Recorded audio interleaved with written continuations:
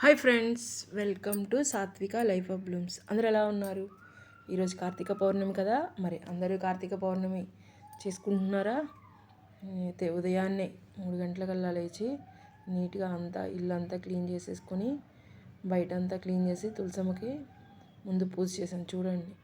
అలాగే తులసమ్మకి కూడా ఉసిరికాయ దీపం పెట్టేసి తులసమ్మ దగ్గర ఆ తర్వాత ఇంట్లో పూజ చేసుకొని గుడికి వెళ్ళాము. చూడండి, బయటంతా నీట్గా క్లీన్ చేసుకొని చక్కగా వాకిట్లో దీపాలు రోజు పెడతాము. ఈరోజు నీట్గా ముగ్గు, పసుపు కుంకుమ వేసి పూలు చక్కగా. మరి కార్తీక పౌర్ణమి అంటే స్పెషల్ కదా. మరి కార్తీక మాసంలో ఈ పౌర్ణమి చాలా స్పెషల్. చక్కగా ప్రతి ఒక్కరూ 365 ఒత్తులు వెలిగించుకుంటారు. మనం ఆ 365 ఒత్తులు కదా ఆల్రెడీ అందరికీ తెలుసు. మనం రోజు గుడికి వెళ్ళి ఒత్తులు వెలిగించలేకు కాబట్టి ఆ 365 ఒత్తులు మనం ఒకటే రోజు అలా వెలిగిస్తే సంవత్సరం మొత్తం వెలిగించినట్టు అవుతుందని మనము చిన్నప్పటి నుంచి వింటూనే ఉన్నాం. మన పెద్దవాళ్ళు చెప్తూనే ఉన్నారు. అది కరెక్ట్ అయి ఉండొచ్చు. ఎందుకంటే మనం రోజు గుడికి వెళ్ళలేం కదా. ప్రతిరోజు ఇంట్లో కూడా అందరూ ప్రతిరోజు పూజ చేయాలని రూల్ ఏం లేదు. అందరు కొంతమంది కుదురుతుంది, కొంతమంది కుదరదు. అలా కుదరని రోజులు ఉంటాయి కాబట్టి అన్నిటినీ కలుపుకొని మనము 365 ఒత్తులు మనం వెలిగిస్తాం ఈ కార్తీక మాసంలో.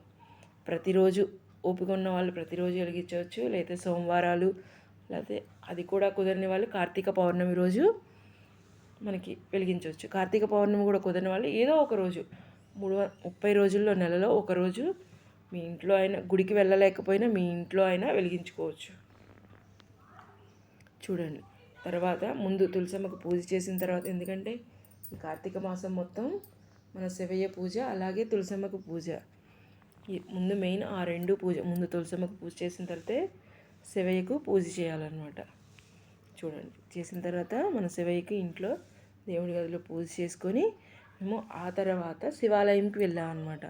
మా దగ్గరలో ఉన్న శివాలయము, అది చాలా పాత శివాలయము, చాలా బాగుంటుంది. కానీ ఎంత రష్గా ఉందంటే అమ్మా, అంతా ఉదయమే అప్పటికే చాలామంది వెళ్ళిపోతున్నారు. 5 గంటలకు కూడా ఎంత రష్గా ఉందంటే 5:30కి చాలా రష్గా. అప్పటికే అందరూ ఒత్తులు వెలిగించేసి చాలామంది వెళ్ళిపోయారు కూడా. మనకి ఎంత రష్గా ఉందంటే గుళ్ళో కూడా దర్శనానికి చాలా పెద్ద క్యూ ఉందన్నమాట. మీరు చూస్తారు కదా, ఆ క్యూలో లోపల శివకి అభిషేకం అప్పుడే స్టార్ట్ చేశారు మనకి దగ్గరికి వెళ్ళడానికి. ఎందుకంటే చాలా రష్గా ఉందన్నమాట. బయట నుంచి చూసేసి వచ్చేసాం అనమాట అక్కడి నుంచి. ఎందుకంటే చాలామంది ఉన్నారు కాబట్టి మనకి దగ్గరికి వెళ్ళే అవకాశం లేదు. రష్గా లేకపోతే మనం దగ్గరికి వెళ్ళి మనం అంటుకొని శివయ్యని మనం చూడవచ్చు. కానీ చాలా రష్గా ఉంది.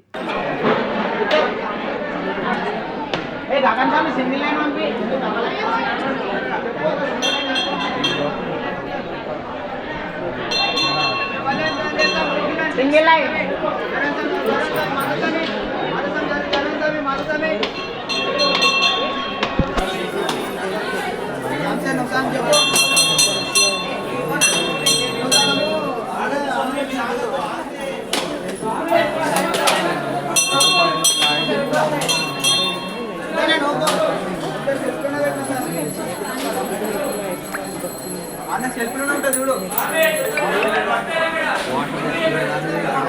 తర్వాత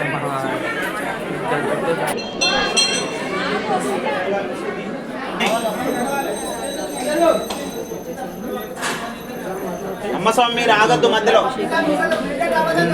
స్వామి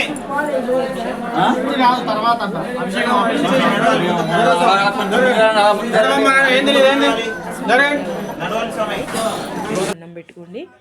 ఇక్కడ అమ్మవారు ఉంటారు. ఇంకా అమ్మవారిని కూడా డెకరేట్ చేస్తున్నారు. ఇక్కడ తీర్థము అన్నీ ఇస్తున్నారు. ఇక్కడ తీర్థం తీసుకొని మనము బయటికి వచ్చేసాము. చూసారా, ఇదిగోండి, ఇక్కడ ఆంజనేయ స్వామి ఉంటారు. ఆంజనేయ స్వామి దగ్గర కూడా అందరూ దీపాలు వెలిగించారు.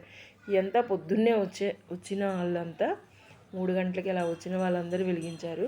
తర్వాత లోపలికి ఎవరిని దీపాలు వెలిగించనివ్వట్లేదు. బయట పక్కనే ఇలాగా ఉందని బయట చూడండి, ఇది గుడి బయట చాలా బాగుంటుంది గుడి. ఇటు పక్కన చూసారు కదా, అక్కడ రేకులు వేసి పెద్దది శివుణ్ణి పెట్టి మొత్తం అంతా నీట్గా చేశారనమాట. ఇదంతా చూడండి, భక్తులందరూ వస్తున్నారు వెళ్తున్నారు. అదిగోండి క్యూ లైన్లు ఎంత పెద్దగా ఉందో చూడండి, రోడ్డు మీదకి క్యూ లైన్. ఇంకా మేము వచ్చి దర్శనం చేసుకొని వచ్చిన తర్వాత కూడా క్యూ లైన్ ఎంత పెద్దగా ఉందంటే అంత పెద్దగా ఉంది. ఇక్కడ రోడ్డు చాలా బాగుంటుందన్నమాట. ఒకటేసారి 4-5 కార్లు కూడా ఒకటే లైన్లో వెళ్ళే అంత రోడ్డు ఉంటుంది. గుడి ఎదురుగా పెద్ద చెరువు ఉంటుంది. ఇంకా ఆల్రెడీ ఇంతకుముందు చెప్పాను, మన వినాయకుడి నిమజ్జనం కూడా ఇక్కడే జరుగుతుందని. చూడండి అంత గుడిని చక్కగా పూలతో ఎంత బాగా డెకరేట్ చేశారంటే అంత బాగా డెకరేట్ చేశారు. చూడండి ఈ లైటింగ్ అంతా, ఇంకా ఉదయం అయిపోయింది కదా, ఇంకా అందుకని లైటింగ్ అంతా తీసేశారు.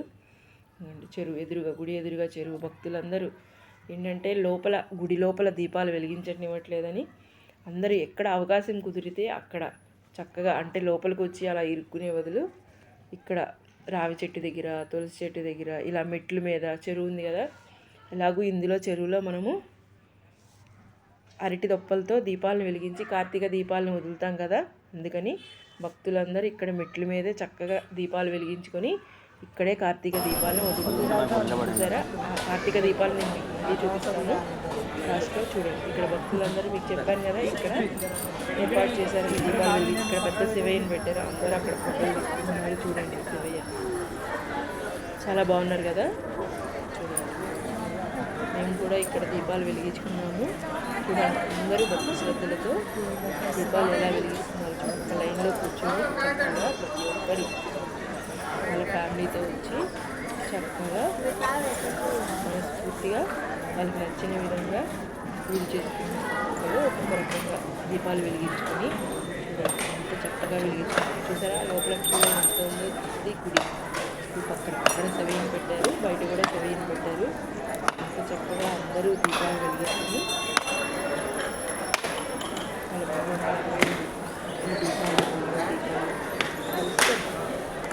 వాళ్ళకి ఎలాంటి దీపాలు వెలిగించుకుని వచ్చారంటే అలా దీపాలు వెలిగించుకున్నారు. ప్రతి ఒక్కరు చూడండి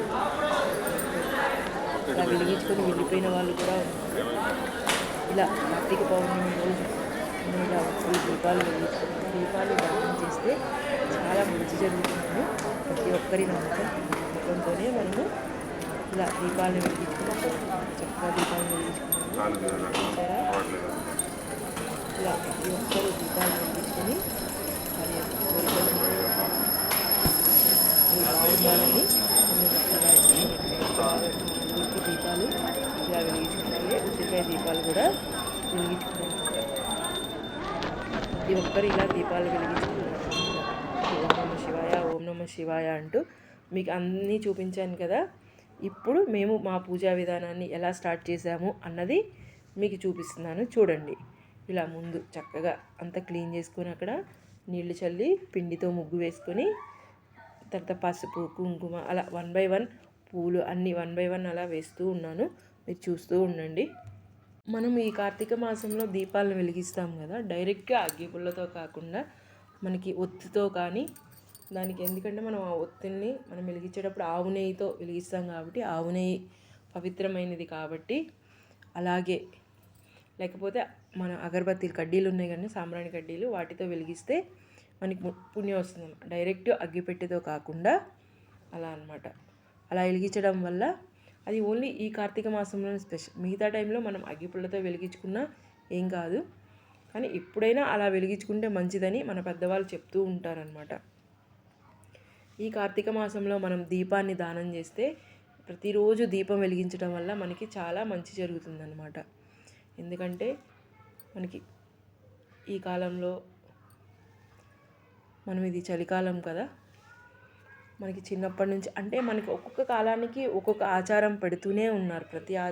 ప్రతి పండగలు ఆచారాన్ని బట్టి ఈ కాలంలో చలికాలంలో మనకి ఫస్ట్ దీపావళి వస్తుంది. అంటే దీపాలతో, అంటే చల్లగా ఉన్న వాతావరణాన్ని మనం ఇలా దీపాలు వెలిగించి మనకి వేడిగా చేసుకుని మనము ఉండడం కోసం పూర్వకాలంలో ఇలాంటి చిన్న చిన్న ఆచారాలు పెట్టి ఉంటారని నేను అనుకుంటున్నాను.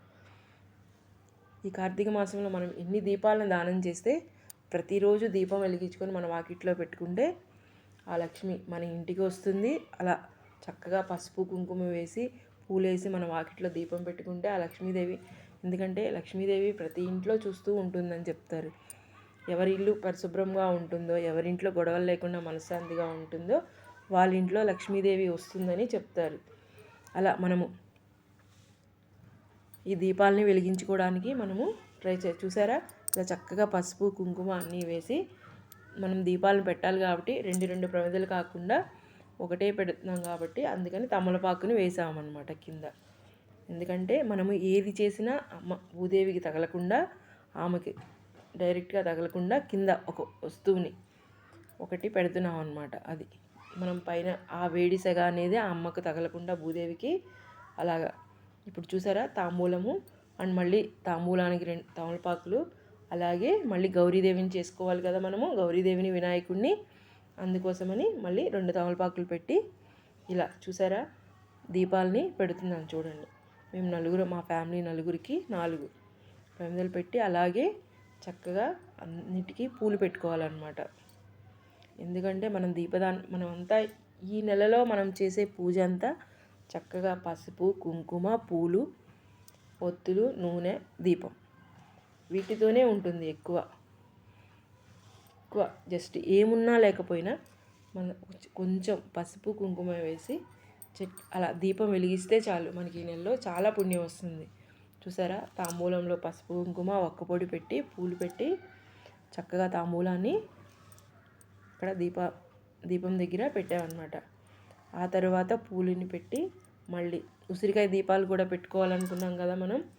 ఎందుకంటే ఈ నెల ప్రత్యేకం ఉసిరికాయలు కూడా మనకి సీజన్ వైజ్గా ఈ సీజన్లోనే దొరుకుతాయి అన్నమాట.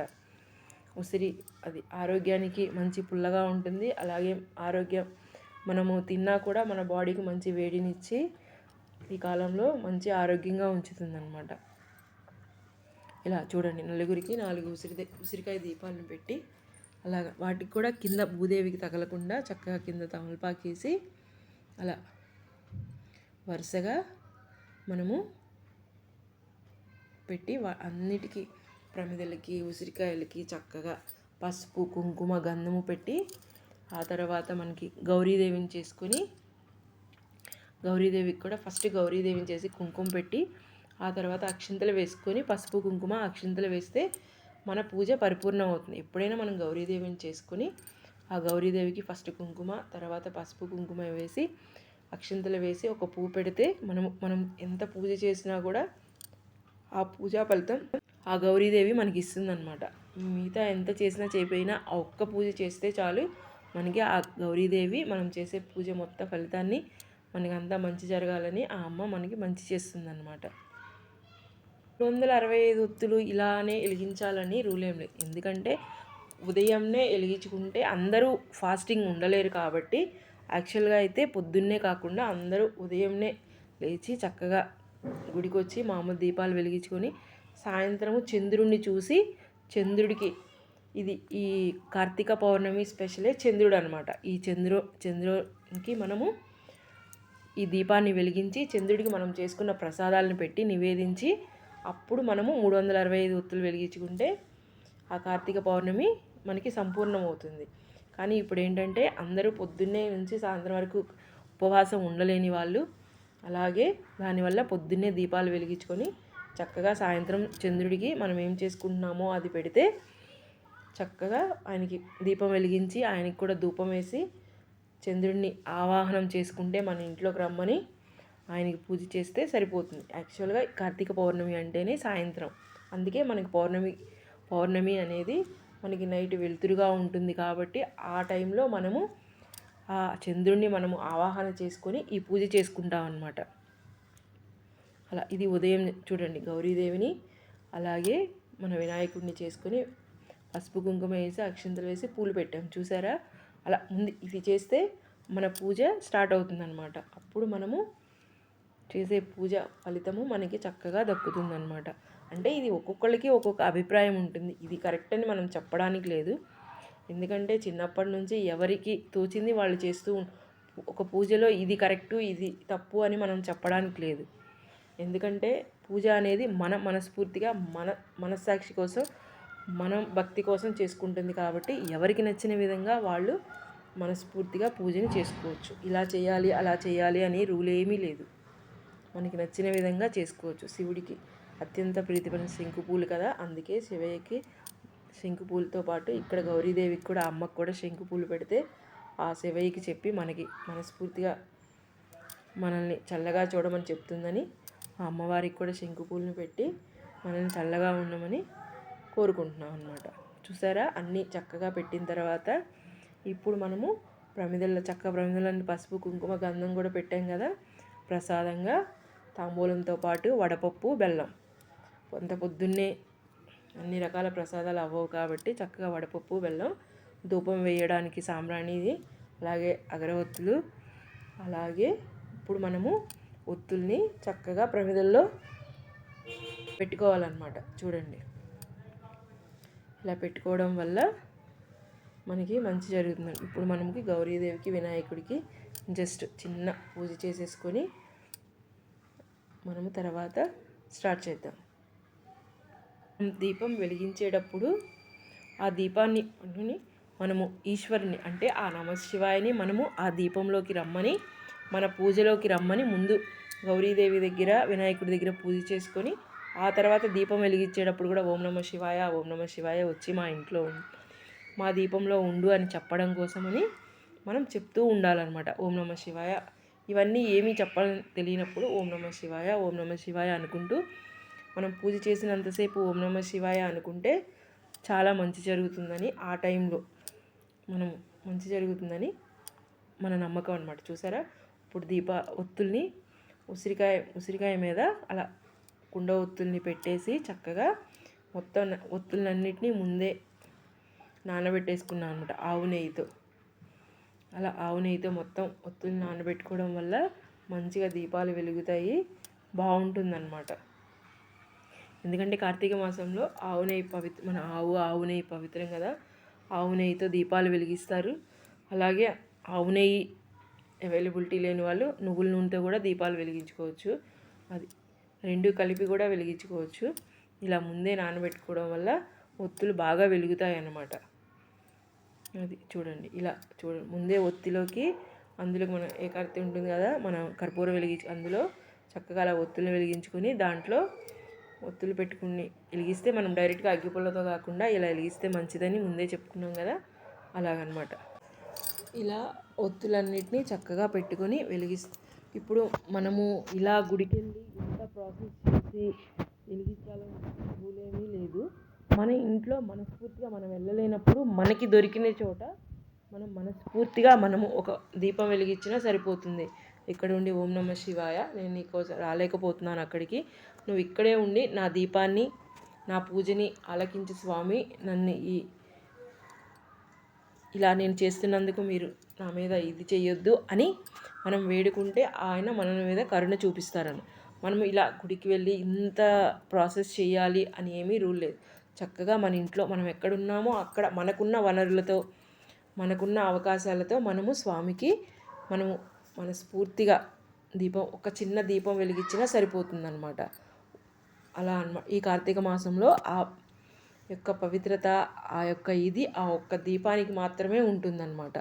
ఇలా చూసారా, అన్ని ఒత్తులను పెట్టేసి చక్కగా ప్రసాదం కూడా స్వామివారికి ప్రసాదం కూడా పెట్టేసి ఆ తర్వాత ఇప్పుడు నేను చక్కగా ఆ అగ్గిపెట్టెతో ఆ దీపాన్ని వెలిగిస్తున్నాను. చూడండి, ముందు ఏకార్తిలో ఉన్న ఒత్తితో చక్కగా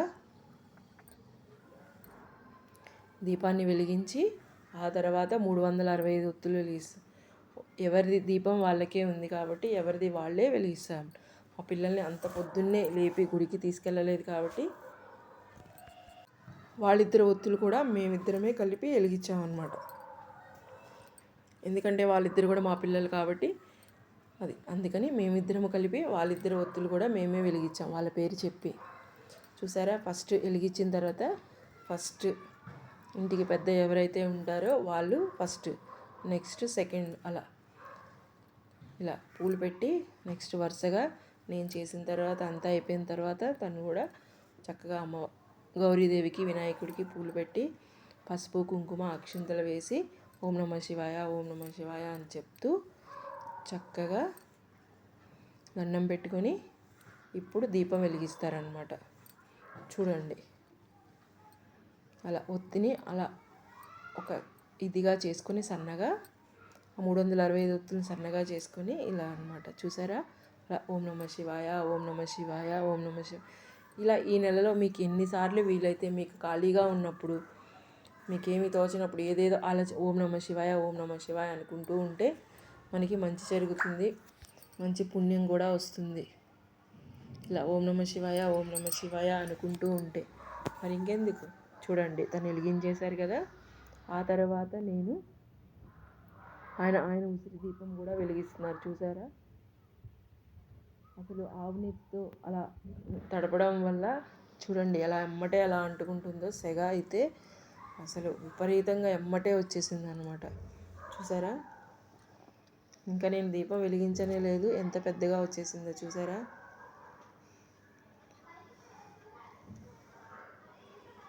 ఇప్పుడు నేను వెలిగిస్తున్నాను. ఆ తర్వాత రెండు మా పిల్లలయ్యి మేమిద్దరం కలిపి ఓం నమః శివాయ, ఓం నమః శివాయ అనుకుంటూ ఈ కార్తీక మాసంలో మనము ఈరోజు పౌర్ణమి రోజు అందరూ సత్యనారాయణ స్వామి వ్రతం చేసుకుంటారు. వీలైన అందరూ సత్యనారాయణ స్వామి వ్రతం కూడా చేసుకోండి. చక్కగా అన్ని ఇళ్ళల్లో కూడా చేసుకోవచ్చు. మన ఇంట్లో మన ఓన్గా చేసుకోలేని వాళ్ళు ప్రతి గుడిలో, సాయిబాబా టెంపుల్లో, ఇలా ప్రతి గుడిలో, వెంకటేశ్వర స్వామి గుడిలో, శివాలయంలో, ఇలా చాలా చోట్ల ఈరోజు సత్యనారాయణ స్వామి వ్రతం జరుగుతుంది. మీరు వెళ్ళి చూడండి. చూడలేని వాళ్ళు ఇంట్లో ఉండి ఓం నమః శివాయ అని చెప్పుకోండి. ఎందుకంటే ఈరోజు చాలామంది పౌర్ణమి రోజు సత్యనారాయణ స్వామి వ్రతం జరుగుతారు. ప్రతి గుడిలో ఇలా సత్యనారాయణ స్వామి వ్రతం జరుగుతూనే ఉంటుంది. మరి మీకు కూడా అవకాశం ఉన్న వాళ్ళందరూ సత్యనారాయణ స్వామి వ్రతం చేసుకొని చక్కగా ఆ యొక్క సత్యనారాయణ స్వామి, ఎందుకంటే మనకు అన్నవరంలో సత్యనారాయణ స్వామితో పాటు మన శివయ్య కూడా ఉంటారు, మీరు చూసే ఉంటారు. అందుకని కార్తీక మాసంలో మన సత్యనారాయణ స్వామి వ్రతం ఫేమస్గా చేస్తారనమాట. ఎందుకంటే మన వెంకటేశ్వర స్వామి, విష్ణువు, శివుడు ఇద్దరు సమానమే అని శివకేశవులకి ఈ మాసం ఎంతో ముఖ్యమైనది. కాబట్టి అందుకే ఈ కార్తీక మాసము చాలామందికి, అందరి దేవుళ్ళకి చాలా పవిత్రమైనది. అందుకే మనకు అయ్యప్ప స్వాములు కూడా కార్తీక మాసంలోనే మాల వేసుకుంటారు ఎక్కువ. అది ప్రతి ఒక్క దేవుడికి ఈ నెల అంటే అమ్మవార్లకు కానీ, మన దీనికి ముందు అమ్మవార్లు, మన దసరా అయిపోయిన తర్వాతే మనకి దీపావళి కార్తీక మాసం వస్తుంది. కాబట్టి ప్రతి ఒక్కరికి ఈ నెల అంటే చాలా ఇది అన్నమాట. దీని తర్వాత ధనుర్మాసం, సంక్రాంతి వస్తుంది. అలా మనకి ఈ సంవత్సరంలో ప్రతి ఒక్క పండగకి ఒక్కొక్క స్పెషల్ ఉంటూనే ఉంటుంది. చూసారా? అసలు ఒక్క నిమిషంలో ఎలా వచ్చేసిందో. అసలు ఇంకా మొత్తం వెలిగించనే లేదు. అసలు ఆవు నెయ్యి వల్ల అలా బాగా ఒత్తులు మంచిగా నాని ఉన్నాయి కదా, బాగా దానివల్ల చూడండి. అలాగే తర్వాత సాంబ్రాణి కడ్డీలు వెలిగించి స్వామివారికి హారతి ధూపం ఇవ్వడానికి ధూపం వెలిగిస్తున్నాము. ఆ ధూపం వెలిగించి చక్కగా స్వామివారికి కూడా ఆ ధూపం, ఎందుకంటే మన శివయ్యకి ధూపం అంటేనే ఎక్కువ ఇష్టం. ఆయన విభూది పెట్టుకొని ఉంటారు కదా, ఆ ధూపం, ఆ సెగ, ఆ చక్కగా మంచి స్మెల్ స్వామివారికి చాలా ఇష్టం అన్నమాట. మనం ఏం పెట్టినా ఆ ధూపంతో మనము నైవేద్యం పెట్టి ఆ ధూపం వేస్తే స్వామివారి మిక్కిలిగా మనకి ప్రసన్నమయ్యి మన కోరికలన్నీ నెరవేరుస్తారనమాట. మీరు ఏం కోరుకుంటే అది మనకి శివయ్య మన కోరికలను నెరవేరుస్తాడు. చూసారా? మేము ఇలా వెలిగించిన తర్వాత చక్కగా స్వామివారికి కర్పూర హారతి ఇచ్చి మా కోరికలను కోరుకొని, స్వామి మమ్మల్ని చల్లగా చూడు, అందరితో పాటు మేము చల్లగా ఉండాలని, మాకున్న సమస్యలన్నీ తొలగిపోవాలని, మా పిల్లలు బాగుండాలని, ఇలా ప్రతి ఒక్కరూ అదే కోరుకుంటారు. అలాగే కోరుకొని ఆ తర్వాత మేము మీకు ముందు గుళ్ళోకి చూపించాను కదా శివయ్యకి, ఇది అయిపోయిన తర్వాత మేము గుళ్ళోకి వెళ్ళి బయటికి వచ్చిన తర్వాత చక్కగా అరటి దీపంను, కార్తీక దీపాలని నీళ్ళల్లో వదిలామన్నమాట. మీకు చూపించాను కదా ముందు కార్తీక దీపాలను ఎక్కడ వదిలారో, అలాగే అక్కడ మేము కార్తీక దీపాలు అరటి దొప్పలో వదిలేసి చక్కగా మేము మా ఇంటికి వచ్చాము. ఆ వస్తూ మా దారిలో సాయిబాబా గుడి ఉంది. సాయిబాబా గుడిలో కూడా శివయ్య ఉన్నారనమాట. అక్కడ శివయ్యకి మేము డైరెక్ట్గానే పాలతో అభిషేకం చేసుకొని లోపల బాబా దగ్గరికి వెళ్ళి చక్కగా బాబా దగ్గర నమస్కారం చేసుకొని వచ్చామన్నమాట. ఇది ఈరోజు మా కార్తీక పౌర్ణమి స్పెషల్ ఉదయము. ఇలా మా ఉదయము 3 గంటల నుంచి 7 గంటల లోపు జరిగిన ఈ కార్తీక పౌర్ణమి స్పెషల్ అన్నమాట ఇది. మరి ఇంకెందుకు ఆలస్యం, మరి మీకు కనుక మా పూజా విధానము ఇది నచ్చితే ప్లీజ్ లైక్ చేయండి, షేర్ చేయండి, సబ్స్క్రైబ్ చేసుకోండి. సబ్స్క్రైబ్ టు సాత్విక లైఫ్ ఆఫ్ బ్లూమ్స్. చూసారా చక్కగా వెలిగించి ఇప్పుడు మనము కర్పూర హారతి ఇచ్చి స్వామివారికి ప్రసాదాన్ని నివేదిస్తున్నాం అన్నమాట. పౌర్ణమి నాడు హరినామ సంకీర్తనలు చేయుట వినుట, శివకేశవుల వద్ద దీపారాధన చేయుట, పురాణాన్ని చదువుట లేదంటే వినుట ఎంతో పుణ్యప్రదం. ఒకవేళ ఈ రోజున సాయంత్రం దేవతా దర్శనం చేయలేని వారు కాలసూత్రం అనేటటువంటి నరకంలో పడి కొట్టుమిట్టాడుతారు. కార్తీక శుద్ధ ద్వాదశి రోజున మనసారా శ్రీహరిని పూజించిన వారికి అక్షయ పుణ్యం కలుగుతుంది. అలాగే ఈ యొక్క కార్తీక పౌర్ణమి నాడు కూడా అదే విధమైనటువంటి పుణ్యం కలుగుతుంది. ఈ మాసంలో కనీసం ఇప్పటి వరకు ఎలాంటి పూజలు చేయలేని వారు, ధూపదీప నైవేద్యాలు కూడా కనీసం సమర్పించలేని వారు కార్తీక శుద్ధ త్రయోదశి నాడు కానీ చతుర్దశి కానీ కనీసం ఈ కార్తీక పౌర్ణమి రోజులందైనా నిష్ఠతో పూజ చేసి ఆవు నేతితో దీపాన్ని వెలిగించాలి. కనీసం ఈ రోజున ఆవు పాలు పితికినంత సేపు మాత్రం చేతనైనా దీపం ఉంచిన ఎడల మరు జన్మలో మంచి జన్మ పొందుతారు. ఇతరులు ఉంచినటువంటి దీపాన్ని ఎగదోసి వృద్ధి చేసిన ఎడల, లేదంటే ఆరిపోయినటువంటి దీపాన్ని తిరిగి మరలా వెలిగించిన వారైనా సరే సమస్త పాపాల నుండి బయటపడతారు. అందుకు ఒక కథ ఉంది, దాని గురించి వినమంటూ వశిష్ఠుల వారు ఒక చక్కని కథ గురించి వివరిస్తారు. పూర్వం సరస్వతి నదీ తీరమున శిథిలమై ఉన్నటువంటి ఒక దేవాలయం ఉండేది. అక్కడ కర్మనిష్ఠుడు అనేటటువంటి ఒక దయార్థ హృదయుడైనటువంటి ఒక యోగి పుంగవుడు ఆ యొక్క దేవాలయం వద్దకు వచ్చి కార్తీక మాసం అంతా కూడా అక్కడే గడిపి పురాణ పఠనం చేస్తూ చక్కగా ఆ పాడుబడి ఉన్నటువంటి దేవాలయాన్ని శుభ్రంగా ఊడ్చి నీటితో కడిగి బొట్లు పెట్టి పక్క గ్రామానికి వెళ్ళి ప్రమిదలు తెచ్చి దూదితో ఒత్తిడి వేసి 12 దీపాలు ఉంచి స్వామివారిని పూజిస్తూ నిష్ఠతో పురాణం చదువుకుంటూ ఉండేవాడు. ఈ విధంగా కార్తీక మాసం ప్రారంభం నుండి ప్రతిరోజు కూడా అదే విధంగా చేస్తూ ఉండేవాడు. ఒక రోజున కార్తీక పౌర్ణమి నాడు ఒక మూషికము ఆ యొక్క దేవాలయంలోకి ప్రవేశించి నలుమూలలు వెతికి తినడానికి దానికి ఏమీ కూడా దొరకనందున అక్కడ ఆరిపోయి ఉన్నటువంటి ఒక ఒత్తిని చూసి అదేమైనా తినేదేమోనని చెప్పి అనుకుని దానిని నోట కరుచుకుని పక్కన ఉన్నటువంటి ఒక దీపం వద్ద ఆగుతుంది. ఆ విధంగా ఆ యొక్క మూషికం నోట కరిచి ఉన్నటువంటి ఆ ఒత్తి చివరకు అగ్ని అంటుకుని ఆరిపోయినటువంటి ఆ ఒత్తి కూడా వెలిగి వెలుతురు వస్తుంది. అది కార్తీక మాసం అవడం వలన, అందులోనూ విశేషించి కార్తీక పౌర్ణమి అవడం వలన శివాలయంలో ఆరిపోయినటువంటి ఒత్తి ఈ ఎలుగు వలన ఎలుగడం వలన దాని పాపాలన్నీ కూడా హరించుకుపోయి అది గొప్ప పుణ్యం పొందింది. వెంటనే దాని రూపం మారిపోయి అది మానవ రూపంలో నిలబడింది. ఇక ధ్యాన నిష్ఠలో ఉన్నటువంటి ఆ యోగి పుంగవుడు తన కళ్ళు తెరిచి చూడగా పక్కనే ఉన్నటువంటి మానవుడు నిలబడి ఉండడం గమనించి, పోయి అసలు నీవెవరు, ఎందుకిలా నా ముందు నిలబడి ఉన్నావు అని ప్రశ్నిస్తాడు. అప్పుడు ఆ మానవుడు, ఆర్య, నేను ఒక మూషికాన్ని. రాత్రి నేను ఆహారం కోసం వెతుక్కుంటూ ఈ దేవాలయంలోకి ప్రవేశించి ఇక్కడ నాకేమీ దొరకనందున నెయ్యి వాసనలతో ఉన్నటువంటి ఆరిపోయినటువంటి ఒక వ్యక్తిని అదేదో తినేటటువంటి పదార్థం అని చెప్పి భావించి దానిని నోట కరుచుకొని పక్కన ఉన్నటువంటి దీపం చెంత నిలబడి ఉన్నాను. అలా నిలబడి ఉండగా నా అదృష్టం కొద్దీ ఆ ఒత్తి వెలగడం వలన నేను చేసినటువంటి పాపాలన్నీ కూడా పోయినందువలన కాబోలు వెంటనే నా పూర్వజన్మ నేను ఎత్తాను. కాబట్టి ఓ మహానుభావ, నేను అసలు ఎందుకు ఈ మూషిక జన్మ ఎత్తవలసి వచ్చిందో, దానికి కలిగినటువంటి కారణం ఏమిటో మీకు తెలిస్తే చెప్పండి అంటూ ఆ యొక్క మానవుడు కోరుకుంటాడు. అప్పుడు ఆ యొక్క యోగీశ్వరుడు ఎంతో ఆశ్చర్యపడి తన యొక్క దివ్య దృష్టితో సర్వము కూడా తెలుసుకొని, ఓయి, కిందటి జన్మలో నీవు బ్రాహ్మణుడవు. నిన్ను బాహ్లీకుడు అనేటటువంటి పేరుతో పిలిచేవారు. నీవు జైన మత వంశానికి చెందినవాడు. నీ కుటుంబాన్ని పోషించేందుకై వ్యవసాయం చేసుకుంటూ ధనాశాపరుడువై దైవ పూజలు నిత్యకర్మలు మర్చిపోయి నీచుల సహవాసం వలన నిషిద్ధానం తింటూ మంచివారిని యోగ్యులను నిందిస్తూ పరుల చెంత స్వార్థ చింత కలవాడివై ఆడపిల్లలను అమ్మేటటువంటి వృత్తి చేస్తూ దాని వలన సంపాదించినటువంటి ధనాన్ని కూడబెడుతూ సమస్త తినుబండారాలను కడు చౌకగా కొనుక్కొని తిరిగి మరలా వాటిని ఎక్కువ ధరకు అమ్ముకుంటూ అలా సంపాదించినటువంటి ధనంతో నీవు అనుభవించకుండా ఇతరులకు ఇవ్వకుండా ఆ ధనాన్ని భూస్థాపితం చేసి పిసినారివై జీవించేవాడి. అలా తరువాత మరణించిన తర్వాత ఎలుక జన్మ ఎత్తి వెనుకటి జన్మ పాపాన్ని అనుభవిస్తూ ఉన్నావు. నేడు భగవంతుడి దగ్గర ఆరిపోయినటువంటి దీపాన్ని వెలిగించినందువలన, అందులోనూ ఈరోజు విశేషమైనటువంటి కార్తీక పౌర్ణమి కావడం వలన నీవు నీ పుణ్యాన్ని మూటకట్టుకున్నావు.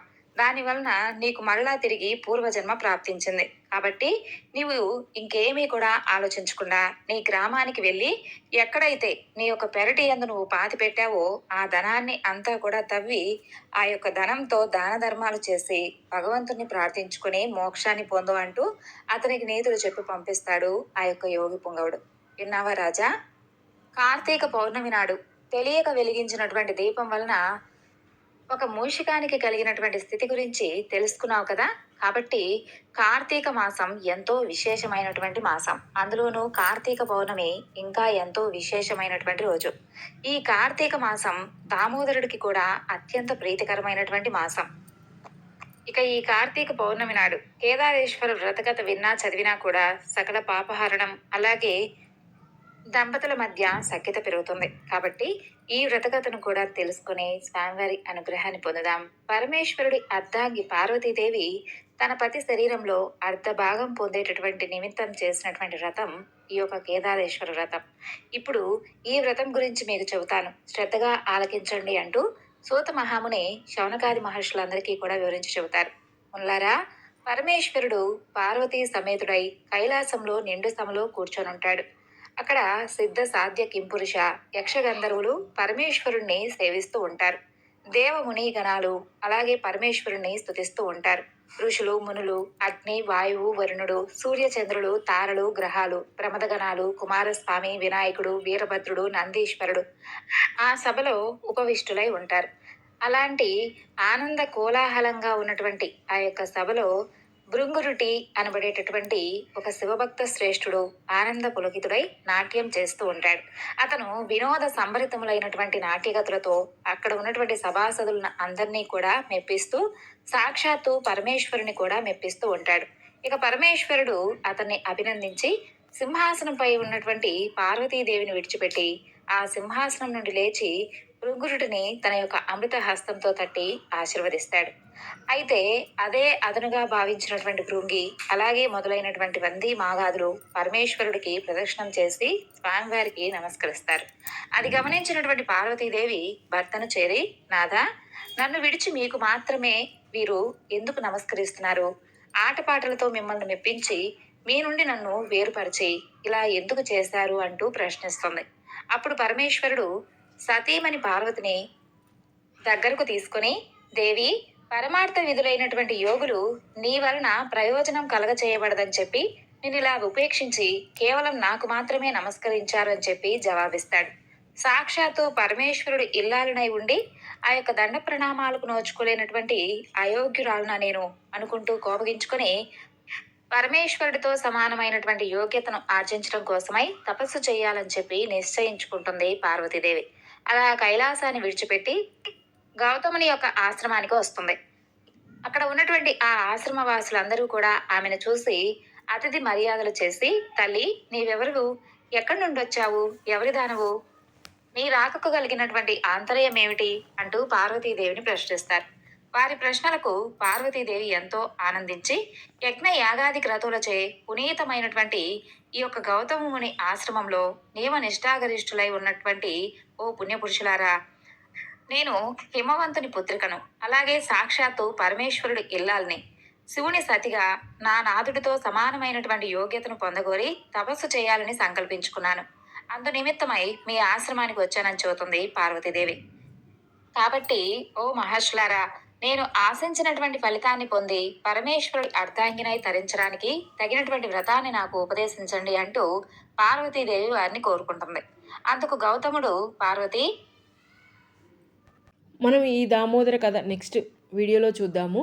మీకు కనుక మా ఈరోజు కార్తీక పౌర్ణమి స్పెషల్ ఈ వీడియో కనుక మీకు నచ్చితే ప్లీజ్ లైక్ చేయండి, షేర్ చేయండి, సబ్స్క్రైబ్ చేసుకోండి. మా వీడియో కోసం మీరు ఎదురు చూడండి. నెక్స్ట్ దామోదర కథ మీ ముందుకు వస్తుంది. మరి సబ్స్క్రైబ్ చేసుకుంటారు కదా. సబ్స్క్రైబ్ టు సాత్విక లైఫ్ ఆఫ్ బ్లూమ్స్.